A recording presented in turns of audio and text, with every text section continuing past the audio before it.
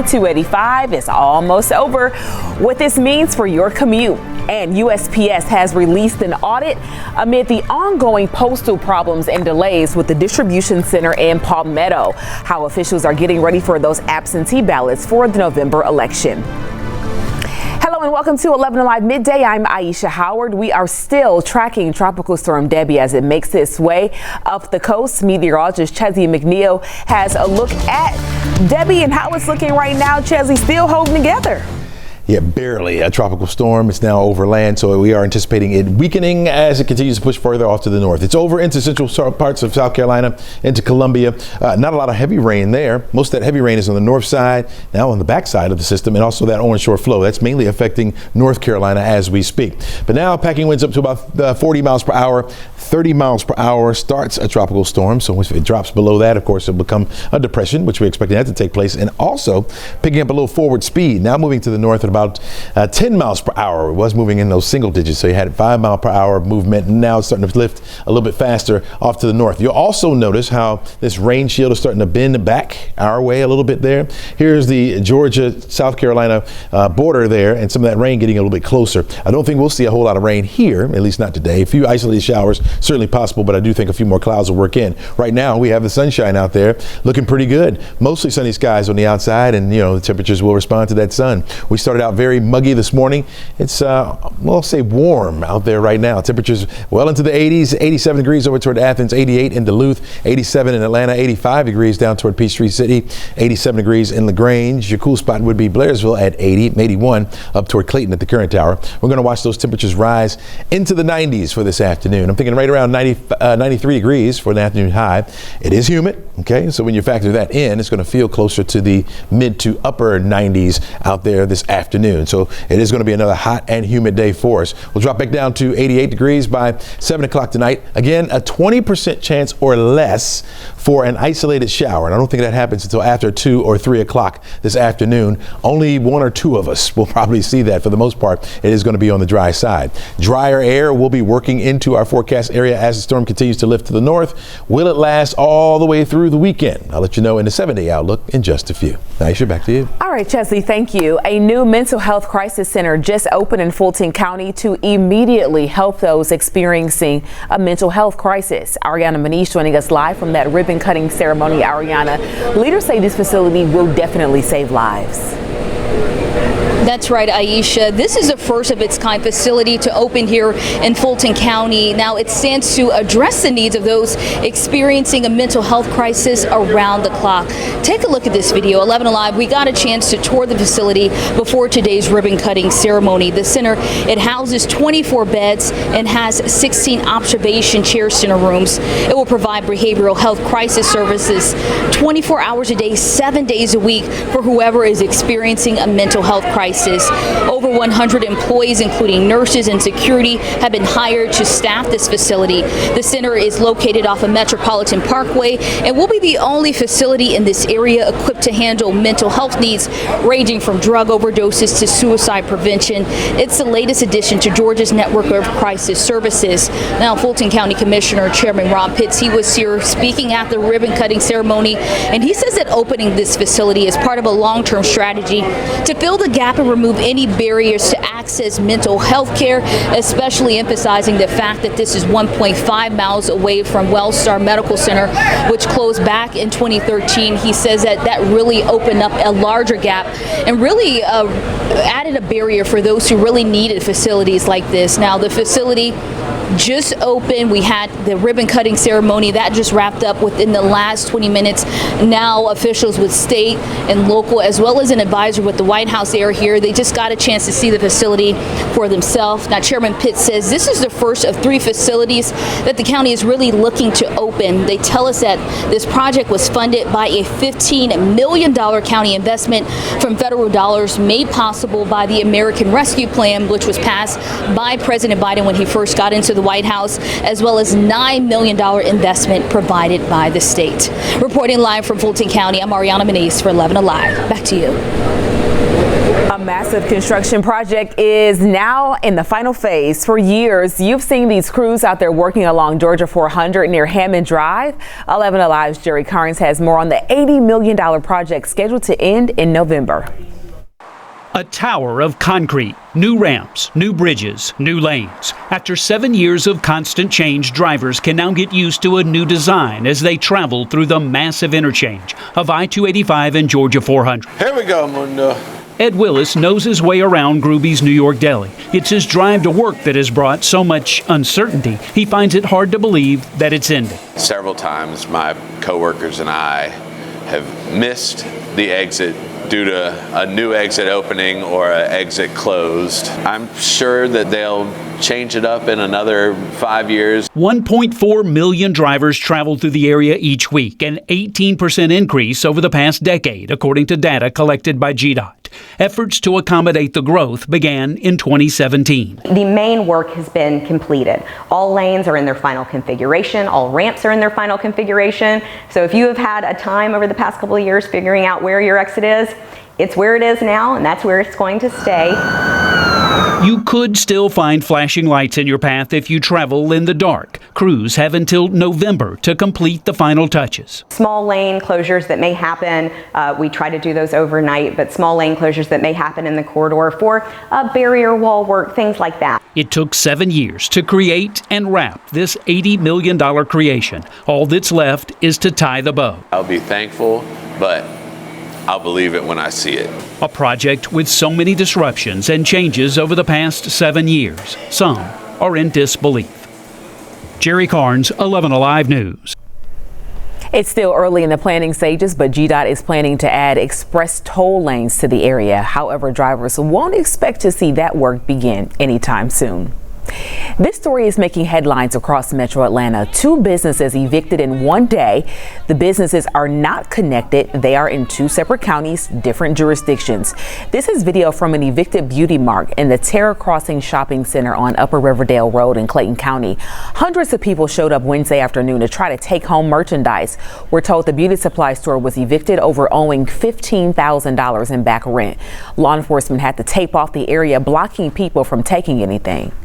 We like free stuff, so we came out here to get all this free stuff, but then the car saying you can't get the free stuff because the people want to take it. And how y'all gonna take some stuff that ain't even yours? It's free. So I got my 2 baskets, I took the bus or whatever to get down here to get some free stuff. We're already in a recession, times are hard. Why not just let us get the items and invest and be okay? We are Black women, we care about our crown. Why not give back to the community and let us get the products? Let us get the tools, any other eviction.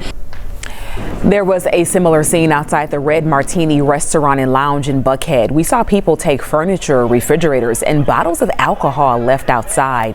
This caused such a frenzy that traffic was backed up on the streets around the club. We spoke to one security guard who told us this stemmed from a dispute over who owns the building.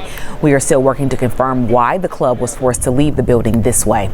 To read more about the evictions, head to 11alive.com and search the story there. You'll find it on our homepage. A problem area close to Georgia State University's campus could get a new gas station. This comes after a racetrack there was forced to close, citing safety concerns after a shooting. Leaders with the city, GSU, and police, they met with the new buyer Wednesday. The owners understandably asked APD, we need you to actually enforce. Like, we understand if you need to cite us, arrest somebody on the property, but do that instead of giving chances. We need to hold strong boundaries, just like we told them we need you to tow cars that are loitering on your property to establish strong boundaries. So those were some of the small pieces that were talked about, what would be sold in the store, hours of operation, all of that. GSU's police chief says crime has dropped since that gas station closed 6 months ago. They are looking for a business that's more compatible for the students who are underage. The new owner will have to go through several meetings for everyone to get on the same page there. The next one is coming up in a few weeks. Right now, the request for a liquor license has been filed. However, nothing is in front of council. More than 20 years after an Atlanta woman was seen alive, police have made an arrest in her murder. The last time 21-year-old Melissa Wolfenbarger spoke to her family was in 1998. It wasn't until 2003 that they learned her body had been in a morgue the whole time they were looking for her. With few leads, the case went cold until Wednesday when police announced the arrest of her husband, Christopher. It's been a long wait, 25 years. But finally, hopefully, we will get justice for Melissa. She didn't deserve what she got. Detectives were able to reinterrogate witnesses, follow up on additional leads, and they say new technology also came into play. Police have not said exactly what linked Wolfenberger to Melissa's murder. Right now, he is in custody at the Fulton County Jail. We recently featured Melissa's case as part of our series More Than a Number, where we honor the memory of those who died and we try to support their loved ones as they navigate their loss. Right now on 11alive.com, you can find a form to share your loved one's story, photos, and other details so we can create a tribute that celebrates their life. Just search More Than a Number. The YSL RICO case could start back up next week after nearly a month and a half of delays. Judge Paige Whitaker must still decide whether the case will move forward, and if so, whether the prosecutors can continue trying it. Plus, one of the state's star witnesses might not cooperate. Without Lil Woody's testimony, defense attorney Joshua Schiffer, who is not affiliated with this case, says things could become way more challenging. The state really wants Woody's testimony because it corroborates and continues to build their theory of the case that YSL was a group acting in concert. The judge is pushing for cooperation between the prosecution and defense to expedite the trial, which has been ongoing for 18 months. The state is restoring funding for an advanced placement African American studies class. Right now, Georgia's superintendent is backtracking after the state's attorney general weighed in. State Representative William Wade asked Attorney General Chris Carr to clarify if Georgia's divisive concepts law should keep the course from being state funded. The law does not allow teaching one race is superior to another or that the U.S. or Georgia is systemically racist. AG Carr says the state law does not impact AP courses. The legislature, when they passed this bill in 2022, carved out APs and dual enrollment and a couple other programs as well. So we provided that information back to the legislature, and I'm glad that the decision's been made to follow the law and get things back on track. Since the reversal, Gwinnett County Public Schools announced it is now offering the course. Several Metro Atlanta school districts had already decided to put the course in some high schools. Well, mark your calendars. The 2025 to 2026 free application for federal student aid, also known as FAFSA, will be released October 1st. But that is only for some students. For others, it's going to roll out 2 months later. It is supposed to be available for everyone by December 1st. The Department of Education says it's doing this so it can test some changes that have been made to the form. Remember the glitch-filled rollout that came for the form that was due in last December? Delays were so long, a lot of these students still don't know how much aid they've been granted when deciding where to go to school. Meanwhile, a software glitch has led to Cobb County officials imposing a, quote, judicial emergency for the next 30 days. Officials tell us the software system helps keep information on cases in order for their next case of action. Cobb County switched to the new system happened back in June, but now a vendor informed the court it was not given adequate time to integrate its systems to accommodate the switch.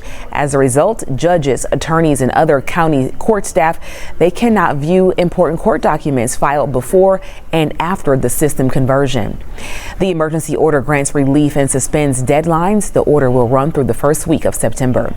Vice President Kamala Harris and her running mate, Minnesota Governor Tim Walz, are now working to introduce Walz to a key voting demographic, the Midwest voters.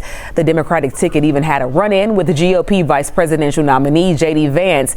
This all went down on the tarmac in Wisconsin Wednesday. NBC's Drew Petrimo has more from Washington.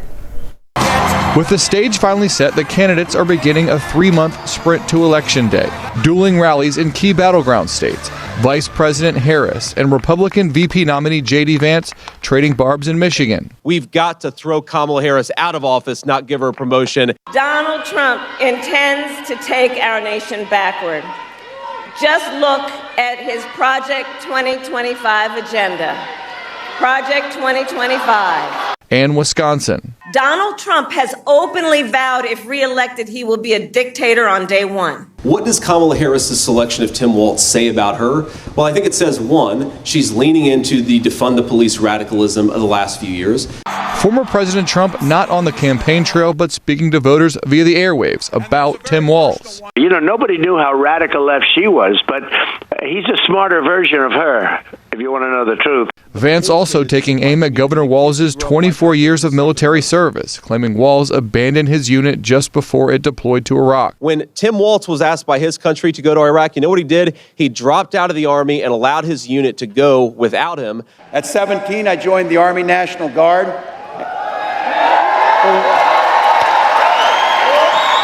And for the next 24 years, it was a privilege to wear the uniform of this country. The attacks likely to escalate as the candidates barnstorm the country, making their case to voters. Drew Petrimo, NBC News, Washington. Meanwhile, Georgia State Election Board is asking Attorney General Chris Carr to investigate the Fulton County government. The board is specifically pushing to look into how the county handled votes during the 2020 election. In the county, former President Trump and 18 others are accused of violating the law with a criminal conspiracy to overturn his election loss. According to a resolution from the State Election Board, if AG Carr does not move forward, board members plan to hire an outside lawyer to do an inquiry. A previous inquiry closed back in May. This latest decision is likely to be met with legal action. With Election Day coming in less than 3 months, there are some big concerns for voters who will use the U.S. Postal Service to send in their absentee ballot. This stems from issues with significant mail delays in Georgia. 11Alive's Eliza Lucas has results from a new audit, shedding some new light on how the distribution center in Palmetto struggled with election mail earlier this year. It's a deep dive into how ready the United States Postal Service is ahead of the 2024 general election. The audit by the Office of Inspector General looked at more than a dozen mail facilities across the country, including the new Regional Processing and Distribution Center in Georgia. Overall, investigators did say the Postal Service processed over 97% of ballots on time, but the audit also raised concerns that employees do not always follow required procedures. And at the Palmetto facility, investigators ultimately found, quote, a lack of preparation for election processes ahead of the March presidential primary. Investigators pointing out the lack of a staging area to isolate election and political mail, plus long lines of trucks. Remember this video from March? The report reveals trucks at that time were waiting around 20 hours. Can't control the United States Postal Service, and they're a mess right now. 11Alive spoke with Georgia's Secretary of State Brad Raffensperger a few days ago in anticipation of this audit being released. It is important to say the report also took place just 17 days after the Palmetto facility launched. The Postal Service noting that significant improvements have been made in Georgia since, adding that the May primary and those runoffs went more smoothly. Meanwhile, Secretary Raffensperger echoed this advice. If you're going to vote absentee, to get your application in early, and then as soon as you get your ballot, then send it back as soon as you get it. Liza Lucas, 11Alive News. The Postal Service tells us that the agency is committed to the secure, timely delivery of election mail. They will expand processing procedures and add extra delivery and collection trips. We also know auditors will be making surprise trips to those facilities as they continue to watch the situation.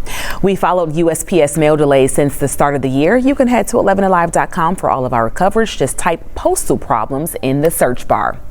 Several passengers are filing a class action lawsuit against Delta Airlines following last month's global IT outage. The lawsuit alleges Delta refused to give some passengers automatic refunds for canceled flights. In other cases, the Atlanta-based airline only offered partial reimbursement if passengers signed a waiver releasing the airline of legal claims. The outage caused by CrowdStrike software forced Delta to cancel about 5,000 flights. Boar's Head is facing a potential class action lawsuit. This follows a deadly listeria outbreak linked to its deli meats. The lawsuit was filed in a New York district court. The plaintiff alleges that the company misled its consumers by not properly warning them of that contamination. That recall involved 200,000 pounds of its ready-to-eat and deli meat products. The recall was expanded days later to include 7 million pounds of its products. As of last week, 34 illnesses have been reported in 13 states, including 2 deaths. Families across Georgia are fighting to get their kids back after being accused of abuse, a nightmare that could happen to any parent. 11Alive News investigator Rebecca Lindstrom has been following these heartbreaking stories, exposing the hurdles these families face as they try to clear their names and bring their kids home.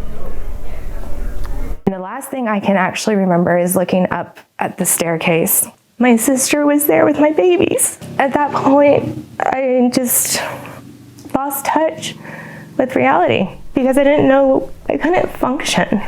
And you can watch the full Help That Harm series on the 11Alive Plus app, available for download on Roku, Amazon Fire, and Apple TV. Once you open the app, click the News tab and scroll down for the Help That Harm series. Chesley. All right, thanks a lot, Aisha. Good afternoon, everyone. Well, almost afternoon. We're getting there. What also is getting there is Tropical Storm Debby. Still a tropical storm, barely a tropical storm. It winds up to 40 miles per hour. Started out this morning at 50 mile per hour winds as it made a second landfall over into South Carolina. Now it's almost at the border of South and North Carolina. Continue to slide further off to the northwest at about 10 miles per hour. So picking up some forward speed as it moves northward, and it will continue to do that. Here's the latest track from the Hurricane Center. You can see likely to be a tropical depression by later this afternoon. Will continue to slide up to the north rapidly as it moves, and by Friday up into New York State, up toward Maine. By the time we get to Saturday, and eventually up to Canada, and then out of the way as it weakens. Still be some gusty winds up in the northeast, also some heavy rainfall as well. You can see some of that rain trying to make its way back toward our area as it's moving northwest up. Okay, but bending back to the west. So you see the clouds starting to move into our state. I think the rain will stay mainly over toward the west, to the east of us. We'll have a few isolated showers popping up later on this afternoon with the daytime heating. So after about 2 or 3 o'clock, we'll start to see that. Temperatures in the 80s. You know, we started out in the 80s this morning in Atlanta. It was like 81 degrees at 6 o'clock in the morning. Can you believe that? Now we're at 87 degrees, 88 in Covington, 87 over toward Athens, 85 in Gainesville, 82 right now in Blairsville, 81 the cool spot up there in Clayton. All those temperatures heating up into the 90s for this afternoon. It's going to be a hot one out there. Got up to 96 yesterday. I think we'll get close. 93 degrees for the afternoon high. You factor in the humidity, of course. It's going to feel like the upper 90s out there. Very, very hot, folks, and humid as well. Not a whole lot going on upstream, as you can see. Things calming down. Drier air will work in behind this particular system as it continues to push further off to the north. And so we're going to have some nice days ahead, nice looking days. Of course, it's going to remain hot. Our average this time of year is around 90 degrees, and that's where we'll stay over the weekend and into next week. Notice this stationary boundary back off to the west of us. Not a fast mover, but will move through the area as we head through the weekend. In fact, eventually stalling down to the south where they'll get in on some of the showers. We'll get the drier air working in behind Tropical Storm Debby, and you can see all that tropical moisture making its way over toward us for today, but will begin to pull further off to the north as the system gets away from us. Drier air will begin to work in, and looks like it's going to be around at least through the weekend. Now, temperatures won't drop behind that front, but we'll have lower humidity, so it's going to feel nicer on the outside. Our rain chance today is only 20%. A few of us may get an isolated shower or two, and then for the rest of the week and into the weekend, dry weather coming our way. Speaking of dry weather, latest drought monitor shows abnormally dry, so we're getting better. Last week, you may recall, this time we had some moderate drought still left in the area, and that has gone, and now we just have abnormally dry spots around. You have one little, in the state at least, up to the north is where we have that moderate drought over toward Dade, Walker County, but other than that, we're sitting good. In fact, we've had a very wet July, and that helped us out. Look at the surplus for this year, over 11 inches in the rain bucket. So that's good. Hopefully it'll sustain us over the next couple of days, because we will be dry. You're looking at our forecast track model. It shows the clouds rotating in. A few isolated showers certainly possible this afternoon. We'll hold on to that thread at least through about 7 or 8 o'clock before it dissipates. Clouds will move out tonight. We will get the sunshine in here for tomorrow and hold on to it right on through the day. On Friday, Saturday, Sunday look about the same, and those temperatures will remain about the same as well. 94 degrees will be your high temperature on Friday. Saturday, 92 will be the same on Sunday. Monday, a little spillover from the weekend. We'll have mostly sunny skies as kids going back to school and you're going back to work. 93 degrees will be the high temperature. And then our chance for rain will go up slightly as we head toward the middle of the work week next week. 20% chance Tuesday and Wednesday, with temperatures remaining in those low 90s. Aisha, over to you. Jesse, thank you. A new affordable housing workforce community is finally complete in Decatur. The Oak Cottage Court community is located on Commerce Drive. There are 2 and 3 bedroom home options for middle income individuals and families. The price ranges from $210,000 to $305,000. Officials say the goal is to ensure there's housing available for all levels of income. City, school, and housing authority employees are the top priority for the new development. However, homes are being made available to all income qualified buyers, specifically those working or renting in the city. The Woodruff Arts Center is launching a new campaign. Experience Atlanta, Experience Woodruff is a new effort to help fund some needed upgrades for its nearly 60-year-old facility. Here is a look at the new facility renderings. The $67 million capital campaign will go towards building improvements as well as creating new spaces and programming for young people and families. According to our partners at the Atlanta Business Chronicle, demolition will start next week on August 12th and is expected to wrap up by 2026. Well, hey, it might be time to get your own Costco membership. No more sharing. The retailer is cracking down to prevent you from using someone else's card. Costco says it plans to use devices to scan your cards at store entrances. Right now, a person actually does it. You will have to show your ID if your membership card does not have a photo. All right, let's check in on the Olympics in Paris. Cheryl Preheim and Faith Jesse are there right now covering the summer games. Here's an update on how our Georgia athletes are doing. Hello from Paris, Cheryl Preheim here, where we are in awe of all of Team USA and all of the athletes with connections to Georgia, the way they handle these endurance sports, which is the Olympics as a whole. 2.5 weeks, they're going full steam, and they're making everybody at home proud. We found another endurance sport, though, here in Paris, one that draws hundreds of thousands of people from all over the world every year. It is the most famous windmill on the planet.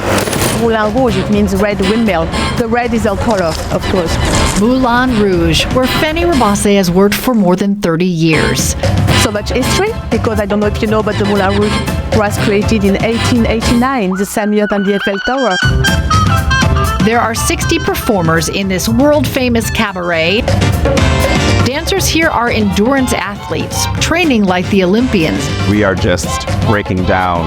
We will push it to the max. They dance 6 hours a day, 6 days a week. We do the can 12 times a week. That's year round. And it's an incredibly physical job. We get a lot of injuries. We have to get up and put some ice on it, take a couple ibuprofen and get back on stage. Working the stage in heavy handmade costumes. In the current show, we have 1,000 costumes. It has stood the test of time. Every night, it is a sellout crowd. 850 seats, 2 shows a day, we never close, and we welcome every year 600,000 people. Now even busier with Olympic tourists. Proudly showing the world the sport of dance. Well, the Olympics is going to be more incredible. And you know, it's fun. So many of the athletes say that this time at this Olympics, they've had more chances than ever to go out and explore the city. A lot of Olympians have taken in that show already. From the City of Love to the City of Angels, planning for the Los Angeles Olympic Games in 2028 is well underway. Organizers are paying close attention to what's worked and what hasn't worked in Paris. Chief Athlete Officer says some of the athletes' concerns in Paris, such as comfortable beds, limited air conditioning, and food shortages, will not be an issue in LA. We want our games to be a modern games, youthful, full of the optimism that Southern California brings to the world and the globe. And it's going to be unique. It's going to be a California Olympics. It's going to be different than this. It has to be different than this. But we already have our stadiums built. It's a no-build games. And so I think that we're going to do a great job. LA Olympics officials also note that they plan to house the athletes at the University of California LA campus. As for concerns specific to LA, top of mind for a lot of people, you already know the gridlock traffic on freeways and streets. The official handoff to LA will take place Sunday evening during the closing ceremony in Paris. We want to point out some programming changes. The Olympics are preempting 11Alive News weekdays and weekends. And while the games are on TV, you can join us here for the latest big local stories in your weather 24/7 through our streaming app, 11Alive Plus. So during the week, we're going to be on each morning, normal time, 4:30 to 7 a.m. And then streaming here at 11 a.m. and 4 p.m. Then we are right back on air for you at 6 and again for 11Alive News at 11 following Olympics prime time. 11Alive News is also watching dozens of athletes from Georgia competing. Our Cheryl Preheim and Faith Jesse in Paris to tell their stories. Their reports will be featured during our 2 Olympic specials airing Monday through Saturday. The All Access Pass at 7 p.m. followed by the Olympic Zone at 7:30. Well, we're looking at a hot and humid afternoon. 93 degrees for the afternoon high, but it's going to feel like the upper 90s out there. 94 on Friday, 92 by Saturday and Sunday, and it'll feel more like 92 as some of that humidity will be knocked down. Looking at those temperatures continuing in the 90s as we head into next week. All right, thank you, and we thank you for watching. Make it a great day and join us back here at 4 on 11 Alive Plus.